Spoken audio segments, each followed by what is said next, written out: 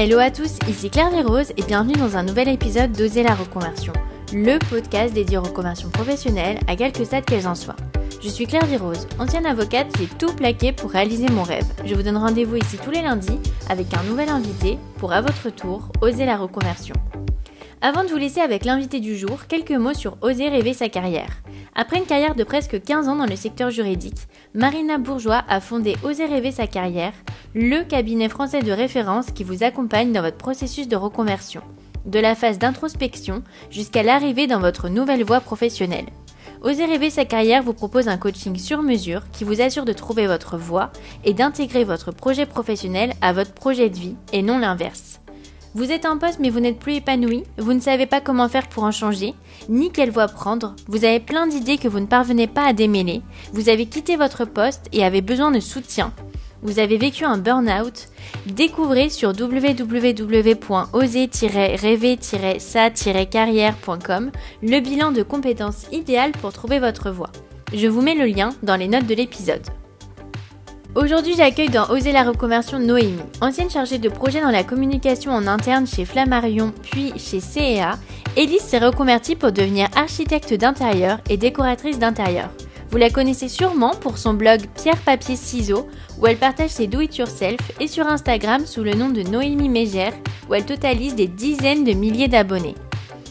Après avoir fait une école de communication dans la publicité, Noémie devient chargée de projet chez Flammarion et Casterman Jeunesse où elle assure la coordination entre les différentes équipes pour réaliser les albums jeunesse. Elle travaillera ensuite comme chargée de projet dans la mode chez CEA. Noémie était heureuse dans son job mais ne ressentait pas la passion d'aller travailler comme elle pouvait l'avoir chez son père entrepreneur. C'est en achetant son premier appartement qu'elle a le déclic en refaisant sa déco. Elle se renseigne alors sur les matières, les différentes options et passe son temps dans les magasins de déco et de bricolage. Elle décide alors de s'inscrire à des cours de déco comme on s'inscrirait à des cours de yoga, mais elle se rend compte que ce type de cours n'existe pas et elle s'inscrit finalement à une formation professionnelle à distance de 6 mois pour devenir décoratrice d'intérieur. Elle se découvre alors une vraie passion et décide d'en faire son métier. Elle suivra ensuite des cours du soir pendant 3 ans, en même temps que son métier de chargée de projet. Noémie a aujourd'hui fondé sa propre agence d'architecte d'intérieur et de décoration d'intérieur depuis maintenant 4 ans. Alors avec Noémie, on a évoqué son parcours, comment reprendre ses études en gardant un job à temps plein, comment trouver ses premiers clients dans un milieu bouché, ses conseils pour lancer son blog, où elle trouve ses inspirations, ses anecdotes avec ses clients et ses joies de l'entrepreneuriat. Noémie nous prouve qu'on peut apprendre un second métier en sécurité sans tout lâcher d'un coup. Un parcours très motivant, mais je ne vous en dis pas plus et laisse place à ma conversation avec Noémie. Bonjour Noémie, bienvenue dans Oser la reconversion, je suis ravie de t'accueillir. Bonjour Claire, merci. Alors un grand merci, j'avais vraiment hâte d'entendre ton parcours. Alors est-ce que tu peux nous dire quel est ton métier actuel ? Alors je suis décoratrice et architecte d'intérieur. Alors, j'avais vraiment hâte d'entendre ton parcours parce que c'est vraiment une demande des auditeurs. Je pense que c'est un métier qui fait rêver beaucoup et ça n'avait rien à voir avec ton premier métier. Est-ce que tu peux nous dire ce que tu faisais avant ? Tout à fait. Avant, j'étais gestionnaire de projet, project manager. J'ai travaillé un peu dans l'édition et dans la mode, mais donc effectivement rien à voir avec la déco. Alors, tu avais fait une école de communication publicitaire ? C'est ça, oui. Alors, comment tu avais choisi de faire ça après le bac ? Alors, je me suis posé beaucoup de questions après le bac. J'ai même entamé une filière tout à fait différente. J'ai fait un début de fac de philo, donc encore toute autre chose. J'étais très intéressée par le sujet, mais c'est pendant mes études que ce début d'études que je me suis rendu compte que ça menait pas à beaucoup de métiers différents, donc c'était un peu limité. Et puis j'étais déjà intéressée par l'archi d'intérieur au départ, mais ça me paraissait trop ciblé peut-être comme métier. Et la communication avait un côté plus peut-être un parcours plus classique. Il y a le droit, la médecine, la communication, le commerce, et voilà, ça a laissé pas mal de choix pour les différents métiers à exercer après.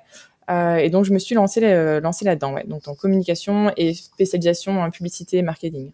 Et ça, c'était tes parents qui t'ont poussé à faire de la com ? Pas du tout. Eux étaient assez, voilà, j'étais assez libre sur ce que je voulais faire. Mais oui, c'était l'aspect plus pour moi. Je crois que ça me rassurait d'avoir quelque chose d'assez classique et d'assez large, d'assez vaste, surtout comme métier. Et puis après la publicité, moi j'étais très intéressée par la pub et ça rentrait dans la case communication. Donc voilà, ça me laissait une liberté de pouvoir changer de carrière en cours de route, quoi. Et donc, quand tu fais cette école, donc ça te plaît? Ouais, j'ai beaucoup aimé mes études. Donc c'était 5 ans d'études, 3 ans de communication générale, et puis ensuite il y avait une spécialisation publicité, donc pendant 2 ans en master. J'ai beaucoup aimé. C'était une école très concrète, très pratique. Il y avait beaucoup de cours pratiques. On a fait beaucoup on a étudié tout ce qui était radio, vidéo, télé, photo. Enfin vraiment beaucoup de cours concrets et pratiques. Donc c'était hyper intéressant. Et puis ouais, les études, c'est des chouettes périodes. Ouais, c'est des chouettes années, des belles rencontres et tout ça. Donc non, vraiment très très belle expérience.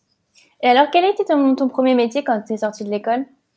Quand je suis sortie de l'école, donc c'était un peu le flou artistique de commencer à postuler, de découvrir un peu le vrai milieu du travail, même si j'avais bossé tous les étés en tant qu'étudiante, mais voilà, là c'était vraiment le premier pas dedans. Et je me souviens que c'était un peu le Graal pour tout le monde d'arriver à obtenir son CDI ou au moins un CDD, voilà, d'avoir un beau contrat.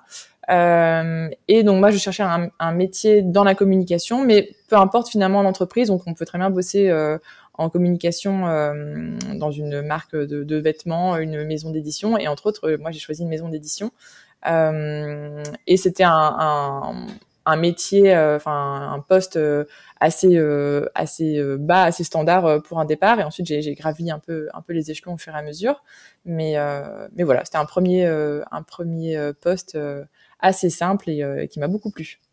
Oui, parce que donc j'ai vu que tu avais travaillé chez Flammarion Jeunesse, donc c'est quand même super connu. Ouais. Donc j'imagine que pour un premier métier, pour un premier poste, tu devais être super contente. Ouais, j'étais très contente d'avoir un gros groupe. C'est vrai que c'est assez marrant par rapport à quand on sait où j'en suis maintenant, mais j'avais toujours ce rêve de travailler pour une grosse société et voilà, pouvoir au fur et à mesure évoluer dans la société. Mais j'avais envie de travailler pour une grosse boîte. Et donc quand j'ai obtenu ce poste, alors moi j'étais embauchée par Casterman, qui est une marque qui appartient au groupe Flammarion et qui a ses sièges à Bruxelles, là où j'habitais. Et je faisais des allers-retours du coup presque une fois toutes les 2 semaines à Paris pour aller au siège Flammarion. Mais ouais, ça me rassurait d'avoir une grosse boîte. Voilà, c'était le côté sécurité de nouveau. Et ouais, ça me plaisait bien, ouais. Qu'est-ce que tu faisais du coup à la fin chez Flammarion? C'était quoi ton job? Du coup, j'étais coordinatrice de production, mais c'était un vaste mot pour dire que j'étais project manager. Et en fait, je gérais le contact, la communication entre tous les différents intervenants pour construire un livre finalement. J'étais spécialisée moi dans tout ce qui était livre jeunesse.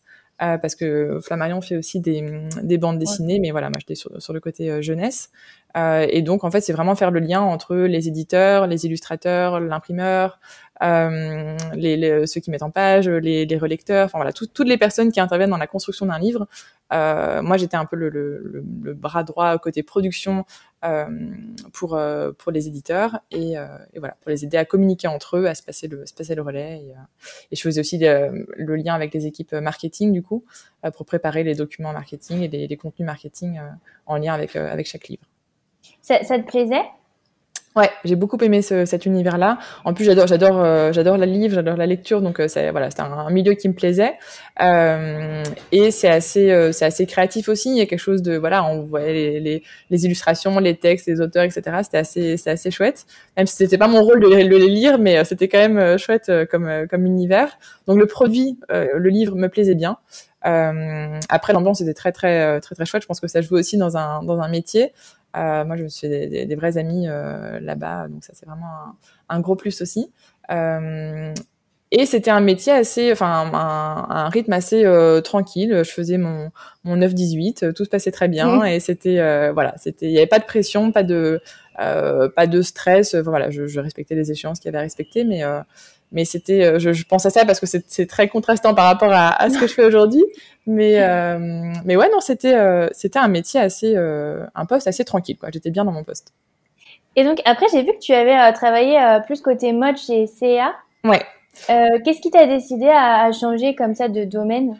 Et ben en fait mon poste a été muté à Paris, donc voilà il y a eu un peu une refonte des structures chez Flammarion et Casterman et du coup mon poste à moi est devenu un poste basé à Paris et moi ça m'arrangeait pas trop à ce moment-là donc bah voilà on a terminé le contrat, j'étais en CDD, j'enchaînais les CDD à ce moment-là. Je n'avais pas encore obtenu le Graal du CDI et du coup bah voilà on a laissé le CDD se terminer et puis on n'a pas renouvelé. Et donc je me suis mis en quête d'un nouveau job et il y a eu quelques petites aventures entre temps, mais j'ai atterri finalement donc chez CEA, un grand groupe de mode donc au siège à Bruxelles. Ils ont un siège à Düsseldorf et à Bruxelles, mais j'étais basée à Bruxelles. Et donc pareil dans la coordination, enfin project management, coordination entre différentes équipes, donc plutôt communication interne, mais aussi comment valoriser ça à l'extérieur en communication externe, en marketing, quoi. Et ça, j'ai une question. Est-ce que vraiment c'est différent selon le produit ou pas? Enfin, je dis ça parce que, bon, par exemple, moi j'étais avocate fiscaliste. Je rêvais de travailler chez L'Oréal parce que j'avais l'impression de faire de la fiscalité pour des produits de beauté. C'était plus stylé que dans un autre domaine. Et au final, quand j'ai travaillé là-bas en stage, je me suis rendu compte que non, bah finalement moi mon travail ça changeait pas grand-chose finalement l'entreprise où j'étais. Tu vois ce que je veux dire? Je vois tout à fait. Est-ce que toi c'est la même chose finalement coordonner un livre ou coordonner des vêtements, c'est la même chose ou pas? Alors moi mes postes étaient quand même assez différents entre les deux entreprises. Maintenant il y a vraiment des codes qui se reprennent et surtout en termes de communication entre les différentes équipes. Donc de nouveau mon rôle était assez différent, mais il y a quand même des choses qui sont pareilles. Parfois, typiquement, voilà, c'est un exemple, mais quand on veut mettre en relation deux groupes, deux entités dans la société, parfois ça paraît tellement complexe, il faut passer par un tel et en fait faire la demande et d'abord prendre le temps, mais non, tu connais Christine à la compta, il faut d'abord lui demander plutôt le lundi. Enfin, tout est hyper complexe.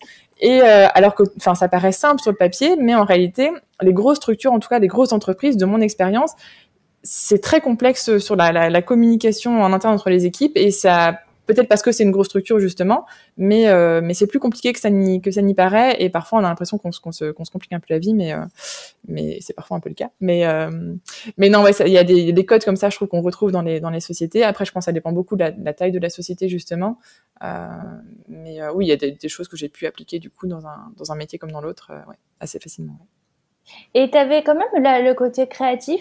Parce que je me dis après quand on est finalement en train de coordonner, parfois on se sent un peu éloigné du créatif. Alors je l'avais à différents degrés. Je pense que là où j'ai eu le plus de liberté finalement, c'était peut-être dans mon job chez CEA, où là je faisais le lien du coup entre les designers et l'équipe marketing finalement pour qu'il y ait vraiment que ça colle entre les produits qui sont créés et ce qui est la manière dont on communique à l'extérieur. Où j'avais plus de liberté parce que j'étais un peu un électron libre finalement dans mon département. Je faisais pas partie d'un groupe de personnes qui faisaient le même métier que moi, donc c'était plus un rôle avec voilà plus de liberté, de créativité à ce niveau-là. Maintenant c'était pas de la créativité créative, je sais pas trop comment dire ça autrement, comme je fais aujourd'hui par exemple dans la décoration, mais c'est plus en termes de liberté et de champ d'action, quoi. Alors, parce que du coup, là, tu avais l'air heureuse. Alors, comment tu as eu le déclic pour changer? Et bien en fait, le déclic, je l'ai déjà eu quand j'étais chez Casterman, parce que donc j'adorais mon métier. Enfin, j'aimais bien mon métier, j'aimais bien ce que je faisais, j'aimais bien aller au travail le matin. J'aimais beaucoup mes collègues, j'aimais beaucoup la localisation. Voilà, à Bruxelles, c'était pas très loin de chez moi, c'était parfait. J'étais bien payée, tout se passait bien. J'avais beaucoup de livres, en extra. Mais j'avais pas cette passion le matin où je me levais en me disant génial, je vais aller travailler. J'aimais bien aller travailler, mais c'était pas voilà, j'allais au travail parce qu'il fallait quand même aller au travail, et c'était sympa, on buvait un petit café avec les collègues et j'aimais bien ce que je faisais, mais c'était pas la grosse révélation tous les matins. Et j'ai comme modèle mon papa qui lui est entrepreneur, a toujours été, enfin, il a pas toujours été entrepreneur, mais il a monté sa société. Il est passionné par son travail et vraiment lui, il faut lui enlever l'ordinateur des bras pour qu'il arrête de travailler, quoi. Et j'ai toujours eu un peu ce rêve de me dire, bah, un jour, moi aussi, j'aurai un métier où bah, je me leverai avec passion et ce sera même plus un travail parce que ce sera vraiment une passion de laquelle je vis. Et tout ça, cette réflexion se faisait en parallèle de l'achat d'un appartement qu'on a fait avec mon mari. Où du coup, bah, il a fallu décorer cet appartement. Et ça m'a beaucoup intéressée. Je me renseignais sur plein de trucs. Ça me faisait rappeler aussi un peu cet attrait à l'époque quand je m'étais intéressée à l'architecture d'intérieur. Ça me rappelait un petit peu ça. Et puis je me renseignais beaucoup sur l'histoire de l'art, etc., sur des choses un peu plus théoriques aussi. Et je me suis mise en quête de cours pour m'informer, m'évader un peu sur ce sujet-là, un peu comme on ferait des cours de danse, des cours de cuisine. Bah voilà, je voulais faire des cours de déco, mais vraiment pas pour en faire mon métier. Mais c'est en cherchant des cours comme ça que je n'ai pas trouvé de cours autres que pour en faire son métier. Et du coup, je me suis dit, mais en fait, mais pourquoi j'en ferais pas mon métier ? Ça me plaît beaucoup, ça a l'air intéressant. Enfin, donc ouais, pourquoi pas. En termes, ouais, j'ai fait une formation à distance, un cours à distance pendant 6 mois. Ça m'a beaucoup plu et ça a achevé de me convaincre que, ok, c'est un domaine passion, il faut que je me lance là-dedans. Mais par contre, c'était pas une formation, selon moi, suffisante pour se lancer et en faire son métier, parce que c'est un métier assez sérieux quand même. Et donc c'est là que j'ai fait ma vraie formation en cours du soir pendant 3 ans. Donc c'est quand même un gros engagement parce que tu te dis au début je vais faire juste des petits cours en plus et puis finalement tu te retrouves avec une formation de 6 mois. Comment tu as eu le déclic pour te lancer dans quelque chose d'aussi engageant ? Bah justement, la formation de 6 mois, c'était quelque chose à distance. Tu reçois ton gros syllabus et t'étudies, et puis tu rends des examens par mail au fur et à mesure. Donc c'était pas si engageant que ça. Ils disent 6 mois en moyenne, mais tu peux le faire en 3 mois, en 2 ans si tu veux. Enfin, tu te mets ton propre timing. Et moi, je pense que ça m'a aidé, pas tant sur l'apprentissage du contenu et des choses concrètes qui me serviraient aujourd'hui, mais c'est plus sur me rassurer, me conforter que ce domaine me plaisait beaucoup, que toute la diversité, que ce soit les couleurs, l'espace, la lumière, la plomberie, l'électricité, enfin il y a plein de domaines différents dans la décoration et l'architecture d'intérieur, que tout ça m'intéressait réellement et que j'avais envie de faire ça pour mes clients, quoi, pour des clients. Donc je sais pas si c'est difficile à dire avec le recul, mais je sais pas si je me serais forcément lancée à l'époque dans une formation de 3 ans au cours du soir comme j'ai fini par le faire directement. Mais cette transition justement de cours à distance m'a permis d'en apprendre plus sur ce métier-là et d'être vraiment convaincue, d'achever de me convaincre, quoi.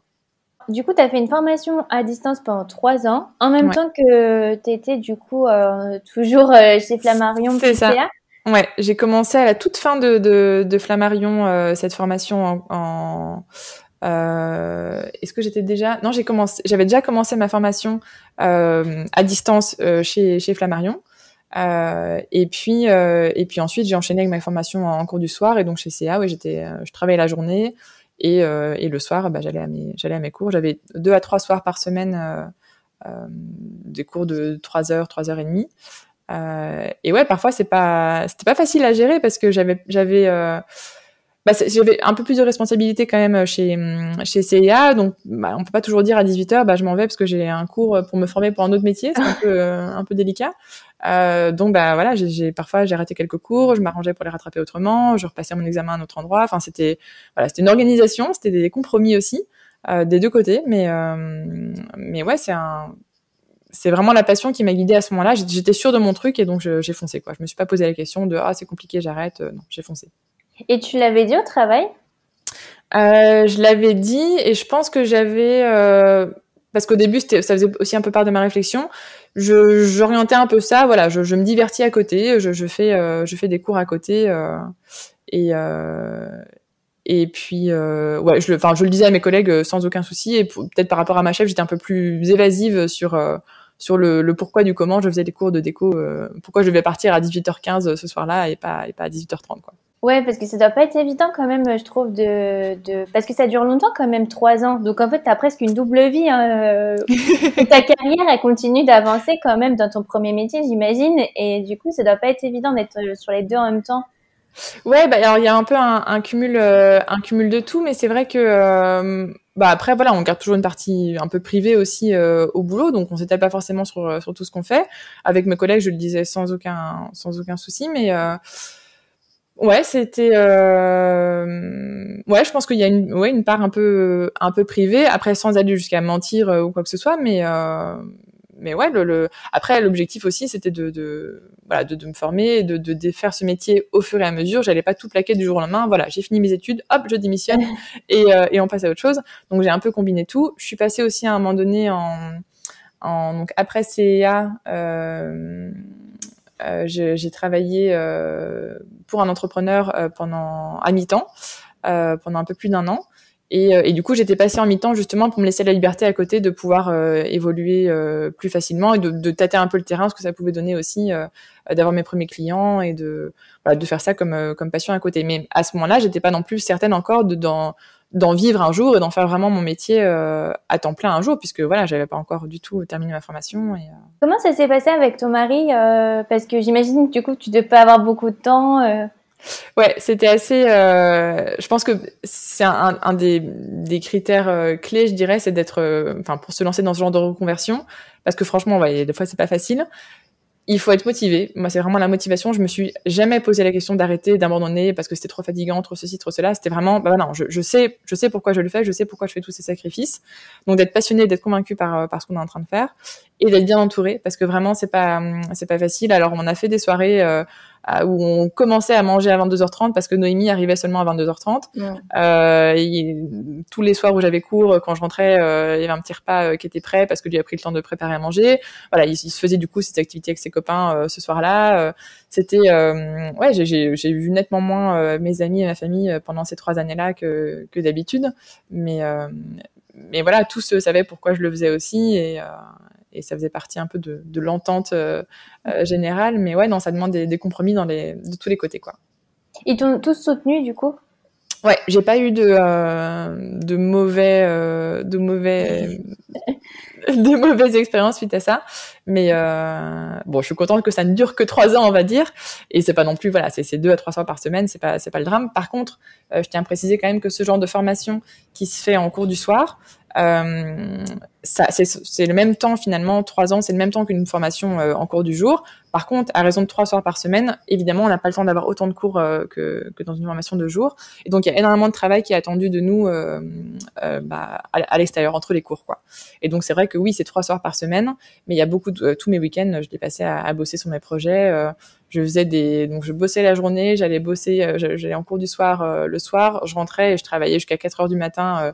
J'ai plus l'âge pour faire ce genre de choses, hein, mais à l'époque ça, je bossais jusqu'à 4 heures du matin sur mes projets, puis à 7 heures j'allais bosser à mon école, et puis le soir à mon boulot, et le soir j'allais présenter mon travail de mon projet. Donc voilà, il y a eu des jours c'était un peu hard, mais ouais, je savais que c'était ça allait passer. C'est un moment, c'est parfois difficile en termes de fatigue, de niveau qui m'est demandé, mais c'était pour un bien, et c'est un passage. Et t'as quoi comme cours alors? Comme ça, on sait à peu près à quoi correspond la formation. J'avais des cours à la fois assez théoriques et pratiques. Donc tout ce qui était, par exemple, théorie sur l'électricité, la plomberie, l'histoire de l'art. On avait beaucoup de cours d'histoire de l'art, d'histoire du design. La théorie des couleurs aussi, enfin voilà, pas mal de choses assez théoriques. Et puis après, au niveau des cours pratiques, on avait des cours de dessin évidemment, donc perspective, etc., couleurs, des cours d'informatique pour apprendre à dessiner sur ordinateur. Et on avait des ateliers qui étaient en fait donc tous les jeudis, c'était vraiment hebdomadaire pendant les 3 ans. On avait un atelier où on présentait à chaque fois on avait en fait des vrais projets à faire, où on devait présenter du coup chaque jeudi un peu l'avancement, donc des projets pour des clients parfois fictifs, parfois réels.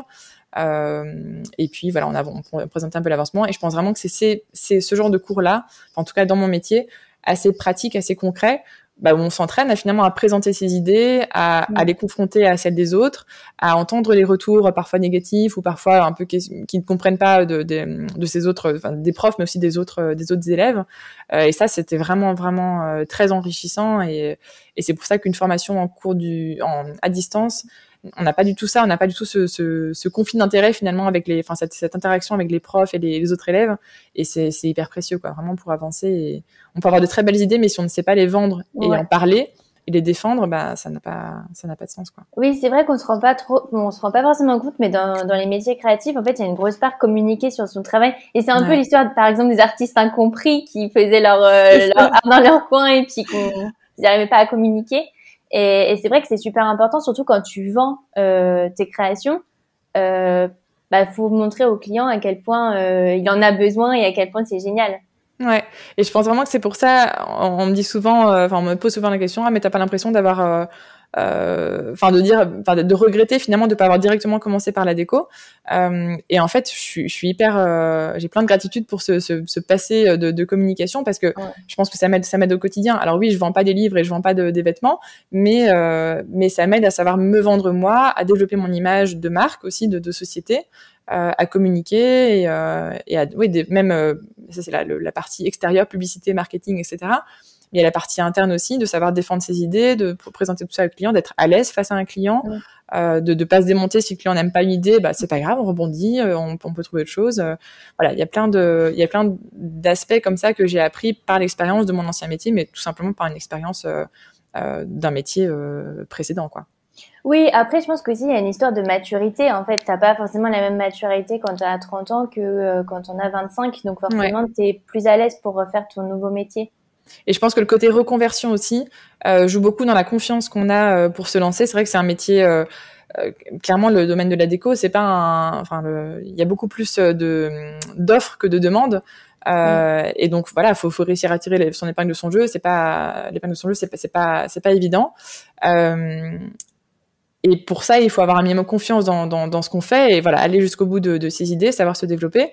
Et je pense que le fait que ce soit une reconversion, ça joue beaucoup aussi, parce que c'est ma deuxième chance entre guillemets. Je peux pas me rater. Je peux pas demander à mon mari de m'attendre pendant 5 ans de pas pouvoir payer mon loyer aussi.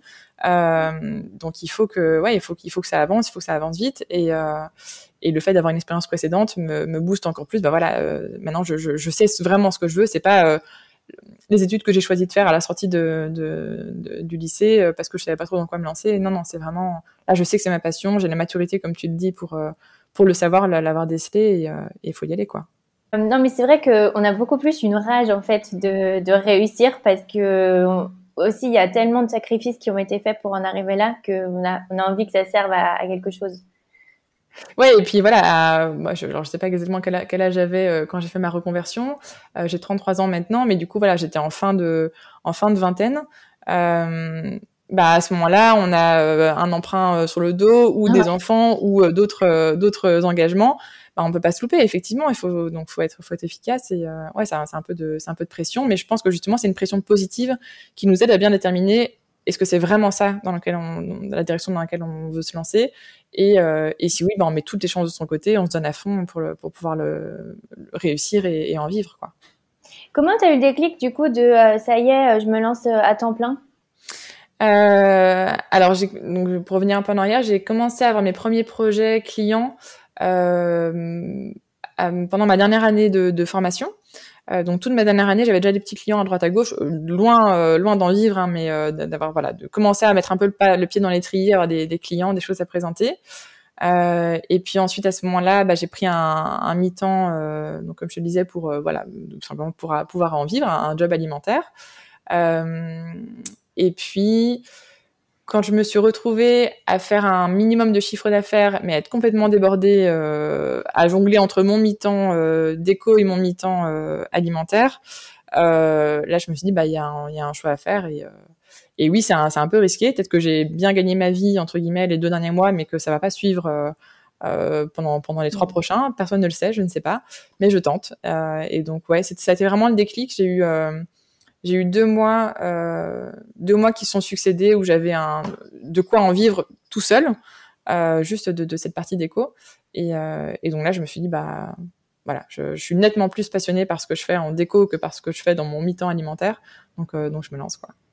Et c'est vrai que quand on fait les deux en même temps, moi j'ai eu aussi une petite phase où j'ai fait plusieurs choses en même temps. Et en fait, il y a une frustration parce qu'on a envie de mettre toute son énergie dans notre côté plus métier créatif, passion. Et du coup, on a l'impression qu'on perd notre temps dans le job un peu plus alimentaire. Ouais, je vois ce que tu veux dire. Mais moi, je pense que justement, c'était un job hyper administratif. Après, il y avait une super ambiance. Enfin, j'aimais beaucoup mon patron, qui je suis encore en contact. Et donc, ça se passait. C'était un chouette moment. J'aimais bien aller travailler, mais c'était très administratif. Donc, ça ne me demandait pas de réflexion cérébrale particulière, de créativité particulière. Et je pense que ça m'a aidé aussi à faire le pas en me disant, bah voilà, il n'y a pas photo. Je vais pas. Finalement, je vais pas durer 20 ans dans ce métier-là. Voilà, je sais, de nouveau, je sais pourquoi je le fais, je sais la direction que j'ai envie de prendre, quoi. Donc je pense que ça a aidé d'avoir une vraie distinction entre les deux métiers. Ouais. Toi, tu as lancé ton blog Pierre, Papier, Ciseaux, donc maintenant ça fait 5 ans et demi. Donc est-ce que tu peux nous situer un peu à quel moment tu l'as commencé, comment tu as eu le déclic de lancer en même temps un blog? Alors le blog, je sais que ça a été mes amis et mon mari qui m'ont poussé à le faire parce que je bricolais beaucoup, j'aimais bien la déco, je me faisais un peu ma propre déco et donc en parallèle de ma formation, ils m'ont dit mais tu devrais partager tout ça sur un blog pour voilà échanger avec d'autres personnes qui aiment beaucoup ça et tout simplement partager ce que tu fais, ça peut toujours inspirer les autres. Et donc c'est comme ça que je l'ai fait, mais c'était pas du tout un but de parler de mes projets, de parler de ma reconversion ou de mon futur métier. C'était vraiment pour le côté un peu DIY et inspiration déco et voilà, juste passion de passionner à d'autres passionnés, quoi. Et au fur et à mesure, effectivement, c'est devenu, maintenant c'est ma vitrine, enfin c'est mon site pro, mon site de société où j'ai un petit onglet blog mais que j'ai gardé, mais ouais, c'est avant tout mon site vitrine, quoi. Est-ce que tu as des conseils pour lancer son blog? Moi, alors c'est dur à dire avec le recul ce qui a fonctionné et si j'avais fait les choses différemment, qu'est-ce qui aurait fonctionné ou pas. Mais je pense que bon, il y a un peu les classiques, c'est la régularité, c'est de partager assez régulièrement pour susciter un intérêt, que les gens se disent tiens, je sais que tous les lundis elle poste un truc, je vais aller voir s'il y a pas un nouveau truc. Donc la régularité, ça peut vraiment aider. Pour moi, c'est les belles photos et je sais que c'est ce par quoi moi je suis attirée sur d'autres blogs aussi. C'est qu'il y a les photos, on sent que les photos sont travaillées, elles sont pas forcément retouchées dans tous les sens, mais juste qu'il y a un petit fil conducteur, une certaine reconnaissance entre les photos et puis que voilà, c'est soigné et que on a pris le temps de les faire. De pas faire de fautes d'orthographe, moi c'est un truc qui me bloque complètement quand il y a des fautes quand il y a beaucoup de fautes sur un site. Après on en fait tous, hein, mais voilà, de se relire un minimum et de montrer qu'on prend soin et qu'on prend du temps pour partager tout ça. Du coup ça donne envie en échange de prendre aussi le temps de le lire et de suivre ce blog-là. Et puis oui, après il y a plein de choses qui peuvent fonctionner, moi en tout cas je pense être assez resté simple sur mon blog. Je parle j'écris assez facilement, j'aime beaucoup ça. Donc ouais, ce côté un peu naturel, je pense que y a rien à faire si on reste naturel, ça peut que marcher. Et alors, est-ce que c'est la première fois en fait qu'un invité a fait un blog et conseille un blog, parce qu'en général les invités conseillent plutôt Instagram parce que c'est plus facile. C'est vrai que moi je n'ai pas de blog non plus, donc c'est pour ça que je voulais avoir ton avis. Est-ce que pour toi actuellement c'est encore intéressant de lancer son blog ou maintenant les gens sont un peu moins sur les blogs et Instagram suffit? Ouais, et moi je pense que c'est essentiel d'avoir un blog, en tout cas un site, parce que Instagram c'est très bien, mais c'est la plateforme de quelqu'un d'autre. Donc si quelqu'un d'autre un jour décide de supprimer Instagram, on n'y peut rien. Mon blog il sera toujours là, c'est moi qui paye mon nom de domaine, c'est moi qui paye mon hébergement, je fais ce que je veux sur mon blog. Si demain je veux qu'il soit rouge et vert, je le mets rouge et vert. C'est ma plateforme à moi et c'est moi qui décide du contenu et de ce qu'il y a dessus. Donc ça reste une sécurité. Et ça reste aussi un endroit, je trouve, où c'est plus facile de rassembler un peu des informations, de regrouper des choses. Et quand, par exemple, je veux partager un peu des conseils sur les différents types de lumière en décoration, je pourrais faire un post Instagram. Mon post, il serait très très long, c'est un peu indigeste, pas beaucoup de monde irait jusqu'à la fin. Et surtout, une fois qu'il est passé, dans 3 semaines, pour le retrouver, faut scroller beaucoup pour le retrouver. Après, il y a les stories à la une, les IGTV, etc. Mais c'est le même principe. On peut pas faire de recherche sur un compte Instagram. Le blog, pour moi, ça me sert vraiment un peu de base de données de toutes les infos, les conseils que j'ai pu donner. Et souvent, on me demande mais comment t'as fait cette table-là? Je l'ai fait il y a 5 ans. Va voir sur le blog et je remets le lien et c'est facile de le retrouver plutôt que d'aller scroller retrouver un poste d'il y a 5 ans, c'est pas possible. Ouais. Donc c'est vraiment une sécurité pour être, voilà, c'est moi qui maîtrise mon propre réseau. Et c'est vraiment pour moi une belle base de données, beaucoup plus facile pour recenser et retrouver l'information. Non, mais ça, c'est vrai que c'est un super conseil parce que moi, ce que je dis aussi, c'est bien d'être multiplateforme parce qu'on ne sait jamais sur Instagram. Et puis, voilà, c'est bien de ne pas mettre tous ses œufs dans le même panier. Mais du coup, je voulais avoir ton recul un peu sur le blog. Mais c'est vrai que pour les do-it-yourself, ça se prête encore plus d'avoir un blog. Oui, c'est ça. Ça dépend aussi du domaine, forcément. Moi, c'est assez visuel, la déco, les do-it-yourself. Donc, c'est vrai c'est sympa d'avoir un visuel et de pouvoir partager pas mal de photos, plusieurs photos aussi pour un DIY, par exemple. Maintenant, moi, je suis beaucoup de comptes sur Instagram, que ce soit des comptes mode, entrepreneurs, etc. Quand j'ai besoin d'une info, je vais tout de suite sur le site parce que je sais que je vais la retrouver. Sinon, ou alors c'est dans les 3 derniers posts, mais je vais pas plus loin. Je passe pas plus de temps à aller chercher plus loin. Et quand je réfléchis là maintenant, je pense que je ne suis peu de personnes qui n'ont que Instagram. Parce que le fait d'avoir un site à côté m'aide justement à garder un lien aussi. Bah voilà, c'est quelqu'un que je connais via Instagram et que je connais avec des gros guillemets, via Instagram et via son blog ou son site. Ça me parle plus. J'ai plus d'interaction, je pense, avec cette personne-là, enfin, ce type de contenu, qu'avec quelqu'un qui partagerait uniquement sur Instagram. Ouais. Après, c'est vrai qu'il y a le côté vitrine en fait du site qui est pas mal parce qu'on voit tout de suite, on comprend tout de suite toutes les activités de la personne aussi que sur Instagram. Parfois, on peut mettre un peu de temps à comprendre ce qu'elle fait vraiment. Donc, c'est vrai que quand on a un peu une vocation professionnelle, c'est pas mal le site. C'est ça. Et ensuite, en plus, surtout maintenant, on est vraiment dans des métiers où on a un peu différentes facettes. Et c'est bien sur Instagram, la bio, elle fait 1,5 ligne. Le site, on n'a qu'un seul site. Donc, c'est sûr que si on veut mettre en avant sa page YouTube, son site, son compte Instagram, son site, son formulaire pour demander des devis, le fait que aussi on a écrit un livre et qu'on veut le mettre en avant, enfin, c'est pas possible sur Instagram, quoi. Donc, après, il y a plein de fonctions, c'est génial. Moi, je suis loin de quitter Instagram, mais pour moi, c'est un super média pour relayer vers mon site. Et c'est un média où je partage mon quotidien, où c'est un peu plus moins officiel, on va dire. Et par contre, sur mon site, voilà, c'est les projets terminés, c'est les DIY terminés, le tutoriel étape par étape, alors que sur Instagram, c'est plus les coulisses de la création de ce DIY, montrer un peu où j'en suis dans le projet. Voilà, c'est plus un quotidien, mais après, la finalité reste pour moi le blog. Ouais. Ouais, c'est super intéressant en tout cas d'avoir ton avis dessus. Et est-ce que ton blog, du coup, t'a aidé à avoir tes premiers clients ?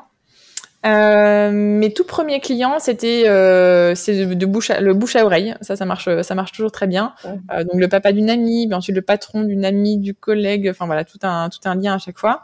Donc ça, c'était mes 2-3 premiers clients. Et ensuite, ça a été Instagram. Et après, j'en ai aussi via le blog. Mais pour l'instant, aujourd'hui, j'ai un peu plus de 40% de mes clients viennent d'Instagram. Et le reste, c'est en partie bouche à oreille et en partie blog, ouais. Mais donc, la majorité vient quand même d'Instagram. Tu as des clients aussi qui viennent de Pinterest, que j'ai vu que tu étais aussi sur Pinterest. Oui, mais du coup, je pense que je vois que j'ai beaucoup de trafic qui vient de Pinterest sur mon site. Mais ensuite, je pense qu'ils me suivent du coup sur mon site ou ils me suivent sur Instagram et après, ils me demandent un devis. On travaille ensemble, mais du coup, c'est plus dans ce sens-là. Je pense que Pinterest est un bon relais pour, entre guillemets, me faire découvrir. Mais ensuite, après, ils me suivent un petit peu sur un réseau et après, ils font appel à moi. Alors, rien à voir, mais je voulais te demander, c'est quoi la différence entre architecte d'intérieur et décorateur d'intérieur ? Parce que j'ai vu que toi, tu avais les 2 titres. Et c'est vrai que je me pose souvent la question, donc je pense que peut-être les auditeurs aussi. Donc, ce serait bien de savoir un peu qu'est-ce que fait l'un et l'autre. Alors, dans tous les cas, c'est très différent du métier architecte, qui est tout à fait autre chose. Là, c'est vraiment la structure, le bâtiment, etc. En archi d'intérieur, on travaille sur tous les volumes intérieurs. Donc, l'agencement des cloisons, la répartition un peu des pièces, où est-ce qu'on met la cuisine par rapport à la salle de bain, par rapport au salon, etc. Voilà, l'agencement des cloisons, tout ce qui est un peu aussi déterminer les différents points lumineux. Enfin, vraiment, l'agencement intérieur d'une pièce, l'organisation d'une maison. Intérieur et décoration, décoratrice, c'est plus tout ce qui est, au niveau des matières, des couleurs, l'association entre les deux, l'harmonie, l'ambiance, créer une ambiance, une atmosphère dans une pièce. Mais la pièce est déjà définie en tant que telle. Et c'est pour ça que moi j'ai un peu les deux casquettes, parce qu'il y a des projets où je ne fais que l'agencement intérieur, donc que la partie architecte d'intérieur. D'autres projets où je ne fais que la déco. Les clients ont déjà des pièces établies, voilà, les rénovations sont déjà faites, mais ils font appel à moi pour les matériaux par exemple. Et des projets où je fais tout, où je fais les deux. Donc voilà, c'est deux métiers assez proches, mais finalement très complémentaires, et c'est pour ça qu'on a souvent les deux étiquettes. Et alors, est-ce que toi, tu fais aussi aller faire du shopping plus des meubles, de la déco, ou tu t'arrêtes à présenter le projet, puis après les clients font comme ils veulent? Alors, ça dépend vraiment des projets. Il y en a, voilà, de nouveau, j'ai une petite formule coaching où je fais que du conseil déco ou aménagement, mais voilà, ça s'en tient à ce rendez-vous de coaching. Et d'autres projets où c'est beaucoup plus complet, et je vais jusqu'au suivi de chantier, justement, où je suis présente pendant les réunions de chantier pour suivre un peu l'avancement, pour m'assurer que les fournisseurs, de nouveau une question de communication, que les prestataires exécutent bien le travail qui leur est demandé par rapport au plan qu'on a défini avec mon client. Et parfois ça va justement à la liste shopping, où je fais le repérage shopping pour eux, je passe éventuellement des commandes, ça dépend de nouveau des projets, mais ouais, ça peut aller jusque là. J'ai fait ça une ou deux fois, d'aller en rendez-vous, carrément en rendez-vous shopping, d'aller faire le shopping avec les clients, mais c'est vrai que de mon point de vue, parfois c'est un petit peu une perte de temps, parce que moi je sais ce que je veux pour eux, je sais ce que je veux leur conseiller, mais eux du coup ils sont face à plein de choix, donc ils sont un peu perdus, ouais. Et donc voilà, finalement soit moi je leur fais une liste et ils achètent, soit j'achète carrément pour eux, ils me donnent ce pouvoir là, mais ouais, ça dépend vraiment des projets. Oui, et puis c'est vrai qu'en général quand les gens ont les moyens de payer, ce qu'ils veulent c'est gagner du temps, donc en fait ils n'ont pas envie d'avoir trop de décisions à prendre. Ouais, c'est ça, ouais, exactement. Et c'est vraiment ce genre de métier-là où bah voilà, faut faire la distinction un peu entre les différents profils de clients. Il y en a qui ont envie des inspirations et des conseils, des idées, mais qui vont prendre le temps d'appliquer ça eux-mêmes.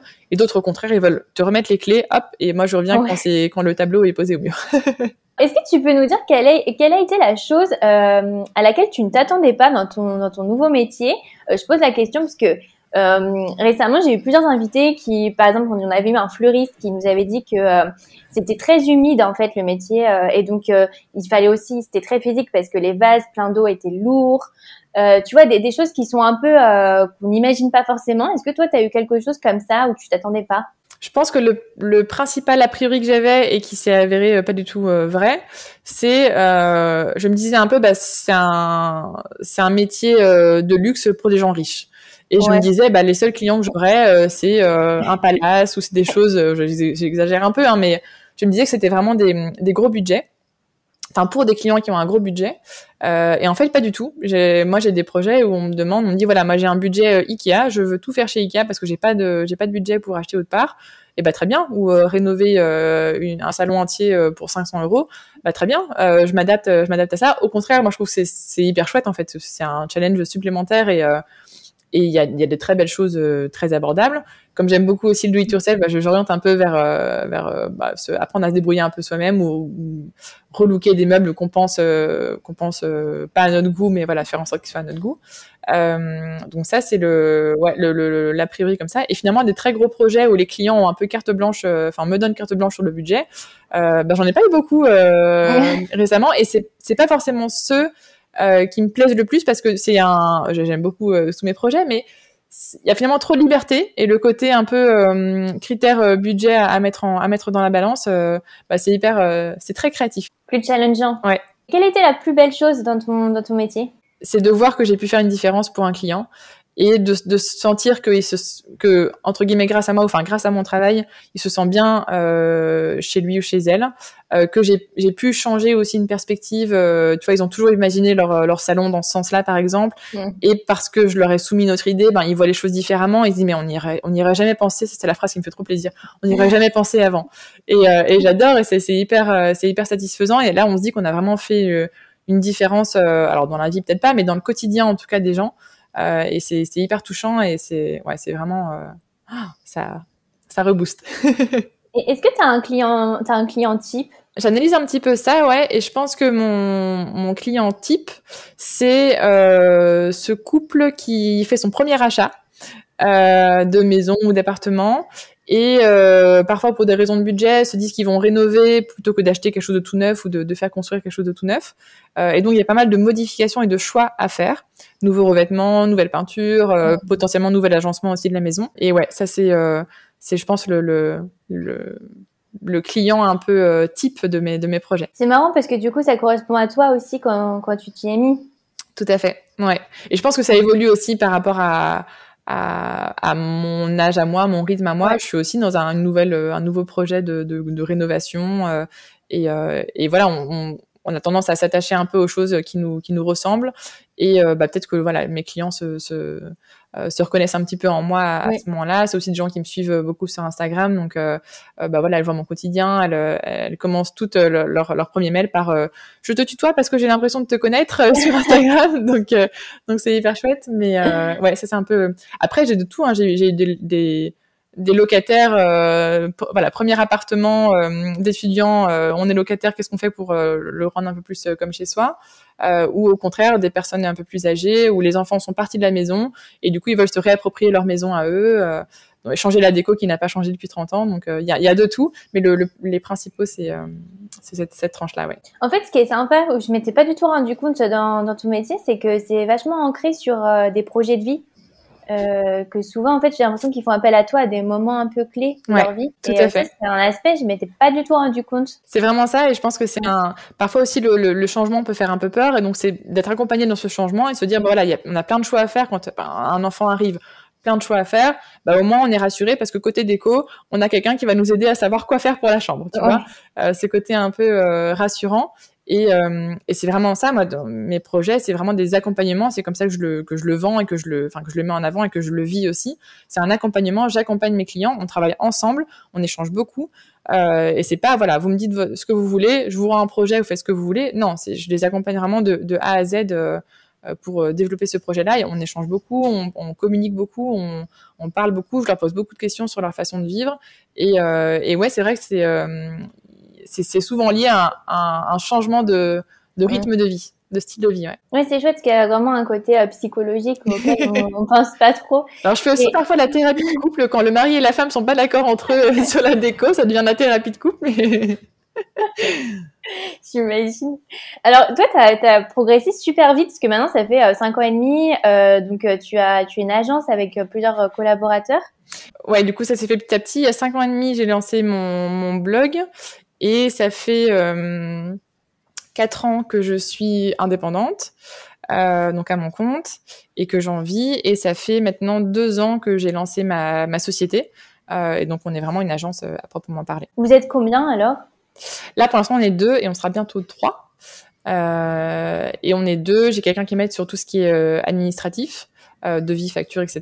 Et puis, et la troisième personne qui va arriver sera quelqu'un qui bossera sur le côté créa, donc une décoratrice d'intérieur aussi comme moi. Et ça a toujours été une volonté pour toi de construire une agence avec avoir des collègues Ouais, et c'est marrant justement, je rebondis sur ce que je disais au tout début, je me voyais travailler dans une multinationale, un petit poste dans une grosse boîte, et finalement là maintenant mon rêve c'est de vraiment continuer à monter cette agence là et d'être jusqu'à 4-5 maximum. J'ai pas envie qu'on soit trop gros. Après voilà, on sait jamais de quoi l'avenir est fait, mais pour l'instant c'est ça, d'être 4-5 dans cette agence là et d'avoir cette petite boîte justement qui reste familiale et qui reste de toute façon voilà, j'ai pas des ambitions non plus complètement dingues, mais ouais, de monter une agence là. Je pense aussi que comme tout indépendant, c'est parfois un métier un peu solitaire, hein. On est tout seul dans son bureau, et donc c'est sympa de pouvoir échanger là-dessus. Et moi, par rapport à ça, j'ai ce côté agent justement où j'échange beaucoup avec ma et bientôt mes futures collaborateurs, et aussi je suis très entourée par d'autres femmes entrepreneurs. On a vraiment un chouette réseau là où on échange beaucoup sur notre expérience, etc. Et c'est hyper enrichissant et ça permet d'être vraiment moins seul face parfois il y a des problèmes, des soucis, des questions, des doutes. Et donc ouais, ça c'est hyper important, je pense, d'être bien entouré dans ce métier-là. Et c'est quoi le réseau de femmes entrepreneurs ? T'as une association ou c'est des personnes que tu connais comme ça ? Bah là, pour l'instant, c'est un groupe de copines de via. Donc, on s'est créé notre petit réseau à nous. Et puis, par contre, alors je peux pas encore dire les noms parce que c'est pas encore tout à fait signé, mais je vais rentrer dans 2 réseaux.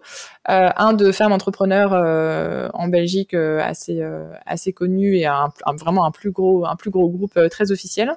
Et l'autre, un réseau de décorateurs francophones. C'est vrai que j'ai lu sur ton blog, parce que tu as fait un peu un article sur ta reconversion, donc je mettrai le lien d'ailleurs parce que ça peut peut-être compléter sur ce que tu as dit.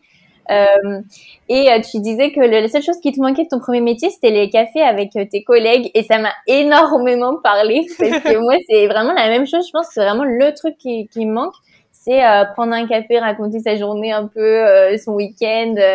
Et je comprends tout à fait. Et c'est vrai que du coup, quand on est entrepreneur, on n'a qu'une envie, c'est de grandir et de se retrouver des collègues un peu. Ouais, c'est vraiment ça. Et c'est marrant parce qu'il y a plein de choses comme ça où on se dit quand on va devenir entrepreneur, ce sera la belle vie, on va faire ce qu'on veut, la liberté, tout ça. Et c'est vrai qu'il y a des côtés super chouettes, mais il y a certaines choses où on pensait pas, mais on essaye de revenir finalement à ce qu'on connaissait en tant que salarié. Typiquement, voilà, le fait d'avoir des copains à la machine à café, très sincèrement, moi, je me réjouis d'aller prendre un petit café avec ma future collègue, de faire une petite pause, même si elle me verra comme sa boss, et donc elle m'aimera peut-être pas de cette manière-là, mais c'est pas grave. Et il y a aussi le fait, par exemple, de se fixer des horaires. C'est vrai qu'au début, je me disais, mais c'est la belle vie, entrepreneur, on fait ce qu'on veut, etc. Et en fait, très vite, tu te rends compte qu'il te faut des horaires pour cadrer un peu ton truc. Et surtout quand tu partages ta vie avec quelqu'un qui, lui, est salarié, et donc a des rythmes du lundi au vendredi de 9h à 18h. C'est bien quand même de se mettre des limites, en tout cas dans le temps. C'est plutôt ça le souci parfois, c'est de savoir se mettre des limites. Et donc il y a des choses comme ça où finalement, c'est pas si mal le salariat pour certaines choses. Donc on essaie de les adapter à sa sauce pour le monde de l'entrepreneur. En fait, c'est pas mal, mais c'est mieux quand t'es le boss. C'est ça. Pour résumer, c'est mieux quand on est le boss, c'est ça. Je pense que c'est ça. Alors, dans les derniers conseils, quel conseil tu donnerais pour se lancer comme décorateur, architecte d'intérieur, parce que c'est quand même un milieu super bouché. Si tu as un conseil à donner à quelqu'un qui veut se lancer. Je dirais que c'est important parce qu'effectivement, c'est un métier assez bouché. Personne ne nous attend sur le marché, en tout cas, donc il faut savoir se démarquer. Et justement, se démarquer. Et pour le vivre aussi du côté créateur, tout ce qui est copie et tout, c'est vraiment pas gai à vivre.